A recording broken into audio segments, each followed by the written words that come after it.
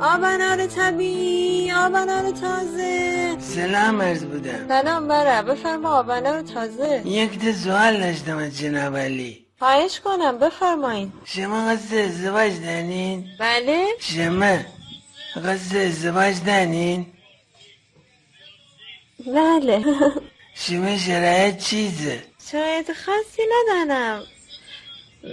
ندارم والا. ما آدم رو رستی هستم، خانه و ماشین و اینجا چیزا ندارم. مهمه تینیم بعدا درباره اینجور چیزان صحبت بکنیم. الان معذرت خواهم شما حرف من دکتم. اینجور چیزان اصل مهم ازدواجه. همین اول قصه باید همه تکلیف مشخص کنیم.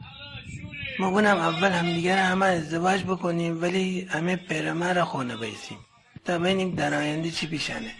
من فکر کنم اول باید درباره تفاهم و اینجور چیزان صحبت بکنیم. شما درست کنین ولی این چیزایی که ما بودم مانع اصلی ازدواجن. یا مثلا مریم مرزان. به مریم اعتقاد ندارین؟ مریم یکی از مشکلات اساسی ازدواج ده. هر کی طلاق گیته داره این مسئله همه درگیره. این مسیبونم باید درباره تفاهم و زندگی با هم صحبت بکنیم ده آقا. شما درست کنین ولی اگه توجه بکنین همه اول زندگی با عشق و تفاهم و اینجور چیزان زندگی شروع کنن ولی بعضشون به نتیجه نرسنن. پس این نشان دهنه هیچ تضمینی برای تفاهم و عشق و اینجور چیزان وجود نداره ده. ممکن نفهمنم شما چی بودی. خیلی واضح و اشکال صحبت کردم که غنم.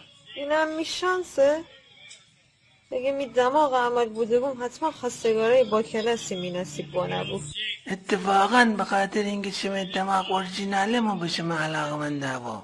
زرکن ما همیشه گونن به خاطر تی دماغی تر شوهر رو دیه. نه غنم جان من خواهرم خوش دماغ عمل بوده ولی هنوز شوهر پیدا نوده. چی بگم والا؟ ما اصلا ندونم شما چی کاری نیستیم. ما فعلا بیکارم ولی تصمیم دارم در آینده وارد شورای شهر بمون. شورای شهر درآمدش خوبه؟ احتمالاً ولی هرچی بمون از بیکاری که بهتره.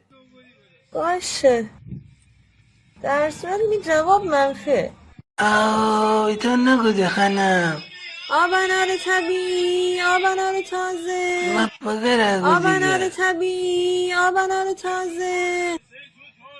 بله میستر عمر کوتاه به هم دیگر همه ازدواج بکنیم.